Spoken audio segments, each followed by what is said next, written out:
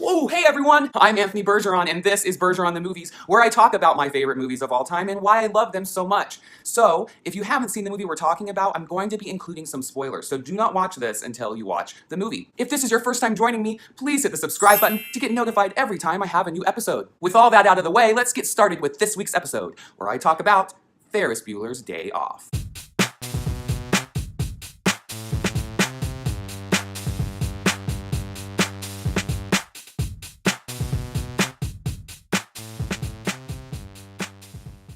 Ferris Bueller's Day Off was released in 1986, starring Matthew Broderick, Alan Ruck, and Jennifer Grey. It was written and directed by one of my favorite director-producers, John Hughes. When most people hear the name John Hughes, they immediately think Breakfast Club, but for me, it's always been about Ferris. The movie starts with high school senior Ferris Bueller pretending to be horribly sick in bed with the flu or something. He's trying to get out of going to school, obviously, but his sister Jeannie knows what he's trying to do, and seeing their parents fawning over him naturally gets frustrated. But they fall for it and head out to start their day. They bought it. Ferris starts his very carefree day as well, constantly breaking the fourth wall to talk to us about his point of view. Of course, however, it isn't long before he's marked absent at school. Bueller? He's sick. Nonetheless, Ferris makes a call to his neurotic hypochondriac of a best friend, Cameron, to get him to come join along for the day's shenanigans. But Cameron is convinced he's actually deathly sick in bed, and literally thinks he's dying. Ferris doesn't take no for an answer, however, and after much reluctance, Cameron does give in. This is ridiculous, okay? I'll go. Shit. The school's principal, Mr. Rooney, has gotten quite suspicious of Ferris over the years and decides to call his mother at work to tell her how many days Ferris has been absent. 9 times. 9 times? 9 times. But Ferris is also a tech genius, jack of all trades, which I haven't mentioned yet, and he knows a way to hack into the school system to alter his days absent. So he reduces it from like 9 to like 2. But Ferris's mom defends her son and insists that he is very sick.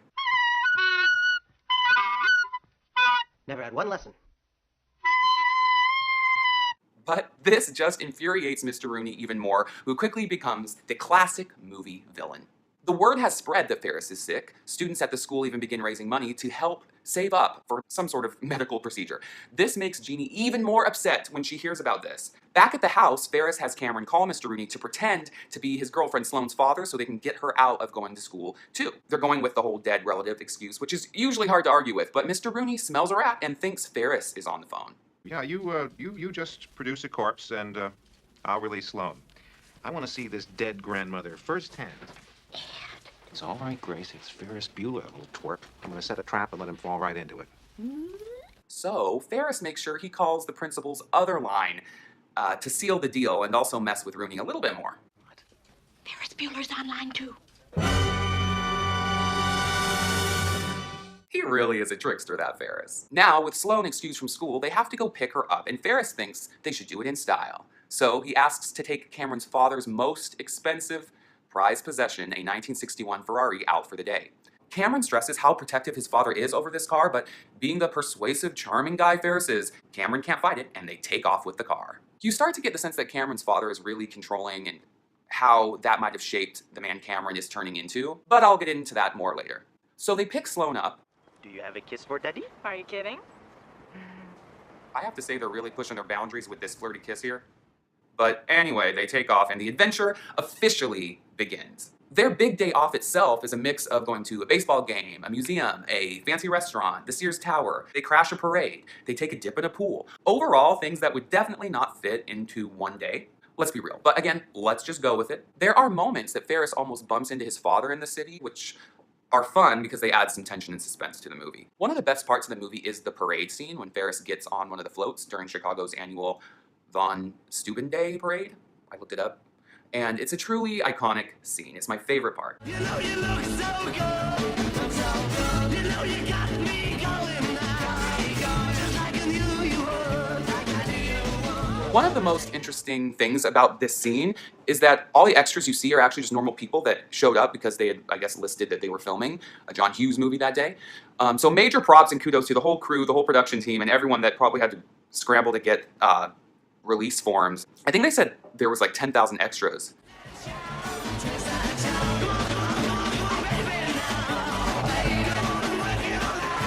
Anyway, cut back to Mr. Rooney, who knows Ferris is up to no good.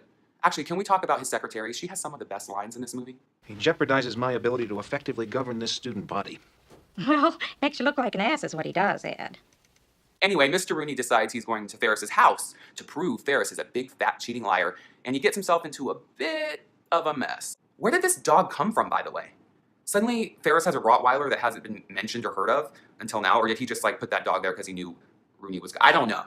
Back to our trio of buddies who are back in the car, and Ferris realizes there are more miles on the car than there were when they left it because two valet guys took the car out for a joyride while they were out gallivanting. So Cameron flips out.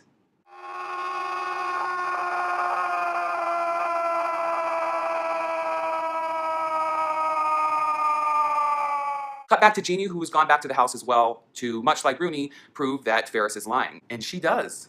I know it! She gets even more mad when the telegram crew shows up. I came to help restore your pluck, because I'm the nurse who likes to. Can we talk about, this is Louis Anderson, by the way. He's the flower delivery guy and he doesn't have any lines. I looked into it. I think this is his like 5th credit on IMDb. So I just recently realized that this was Louis Anderson. That's kind of a fun tidbit. Anyway, this of course makes Jeannie even more upset, but she is quickly distracted by a noise that she mistakenly thinks is Ferris Bueller.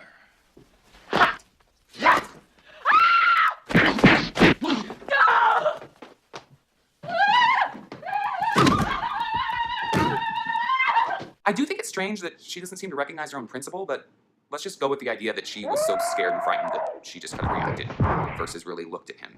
Let's just go with it. She ends up locking herself in her bedroom upstairs and calling the cops, who end up taking her to the police station, where she ends up flirting with Charlie Sheen and actually loosening up a bit.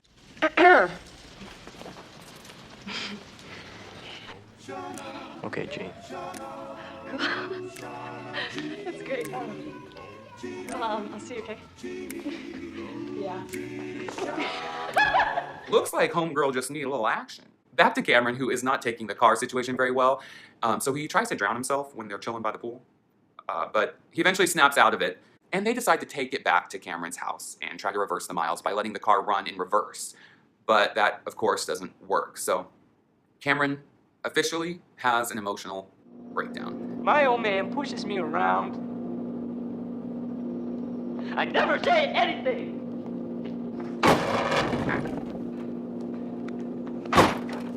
Can't stand him, and I hate this goddamn car. Who do you love? Who do you love? You love a car. Bitch.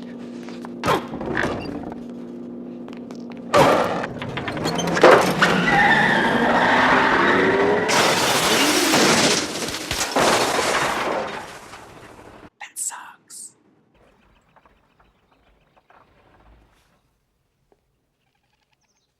Cameron really has the heart of the movie, I think. He is the heart of the movie. Because he ends up realizing he needs to face his father and his issues with his father in the end. No, you don't want this much heat. I want it. If I didn't want it, I wouldn't have let you take the car out this morning. I made you take the car this morning. I could have stopped you. It is possible to stop Mr. Ferris Bueller, you know. No, I want it, I'm gonna take it. That's it. When Morris comes home, he and I'll just have a little chat. It's cool. No, it's gonna be good. Thanks anyway. Alan Ruck really does such a great job with this whole scene, this whole character. He really is great in this movie. With the party officially crashed, pun intended, the trio decides to call it a day. Ferris walks Sloane home and they both say they love each other, and she says, He's gonna marry me. Ferris runs back home as quickly as he can, running through the neighborhood and darting through houses and cars and backyards, taking the quickest shortcuts back to his bed. I know Ferris is not hitting on these girls after he was just telling Sloane he loved her. I'm kind of upset that they put this in the movie. But anyway, let's just go with it.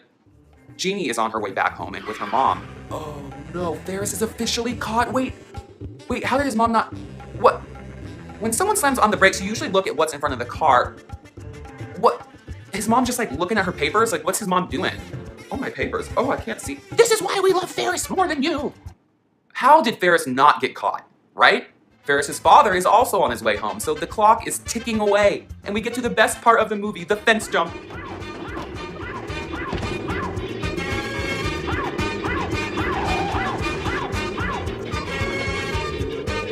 Oh, it's like a visual orgasm.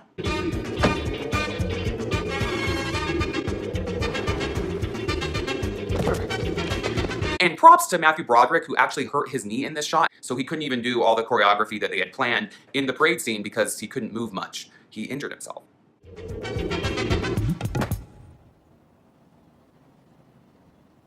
Looking for this? Oh, he is done for? I have dreamed about this. This time, goddamn you little bastard. Hi. Thank God you're all right. You know we've been worried sick about you. Is she not the best sister ever? She had the chance to screw him over. By the way, Mr. Rooney, you left your wallet on the kitchen floor. You know, there's actually a theory that Jeannie and Ferris are twins, but I'll let you look into that one yourself. They're so close to the same age range and it seems like it. So Ferris slips back into bed before his parents see him because they're bickering outside about how much Jeannie is annoying. They should be worried that there was an intruder, but all right, let's blame Jeannie. Everything has gone off without a hitch, and Ferris is back in bed. So as much as you have to suspend your disbelief, Ferris Bueller is such a fun movie. It's just a good time, and it has a good message. I said it before and I'll say it again. Life moves pretty fast. You don't stop and look around once in a while, you could miss it.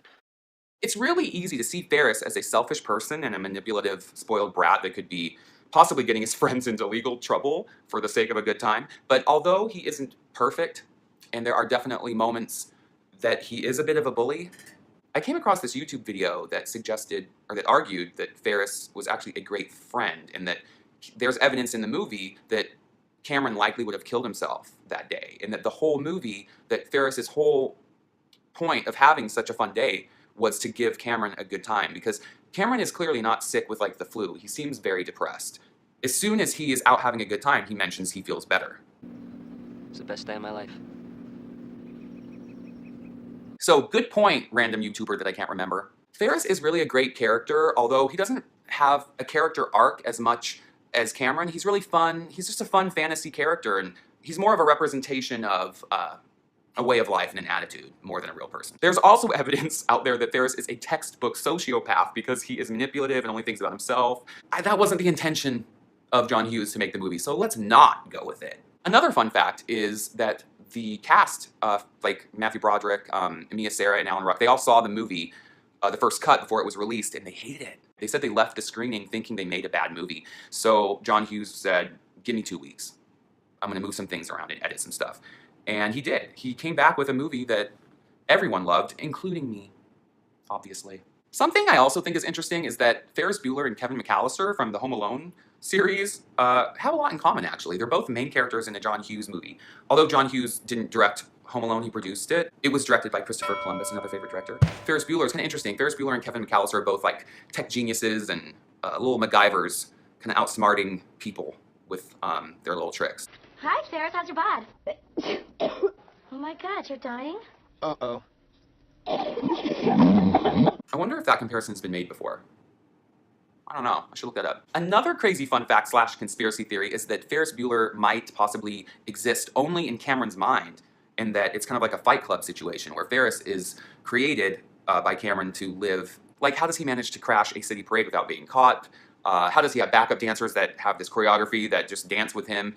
He gets away with so much, it almost does seem like Ferris is not a real person. So it's easy to kind of see that he could be an imaginary character that gives Cameron the best day of his life. But there are also so many scenes that just wouldn't make sense if he was imaginary. Like, just numerous scenes that don't make sense. So I don't believe that that is the case. I don't believe Ferris is imaginary. But it's fun to think about if you're a true fan of the movie. This movie is about living life to the fullest with your best friends. It is the epitome of carpe diem. I feel like the word epitome should be spelled differently. It's epitome. Epitome. Epitome. Should be with a Y, but that's just my opinion. Reminder, these are just my opinions. Another crazy thing is, did you know every time is not the same word. Every time is not a compound word. So I've probably been spelling every time wrong every time. This whole time. Anyway, that is Ferris Bueller's Day Off. That's pretty much it in a nutshell. Have you seen Ferris Bueller's Day Off? If so, did you like it? Leave a comment in the comment section below. So that's it. That's another episode of BergerOn the Movies. I hope you liked it as much as I like movies. Join me next week where I will be talking about my favorite Mother's Day movies. Not going to tell you what they are yet, but that should be an interesting episode. Until then.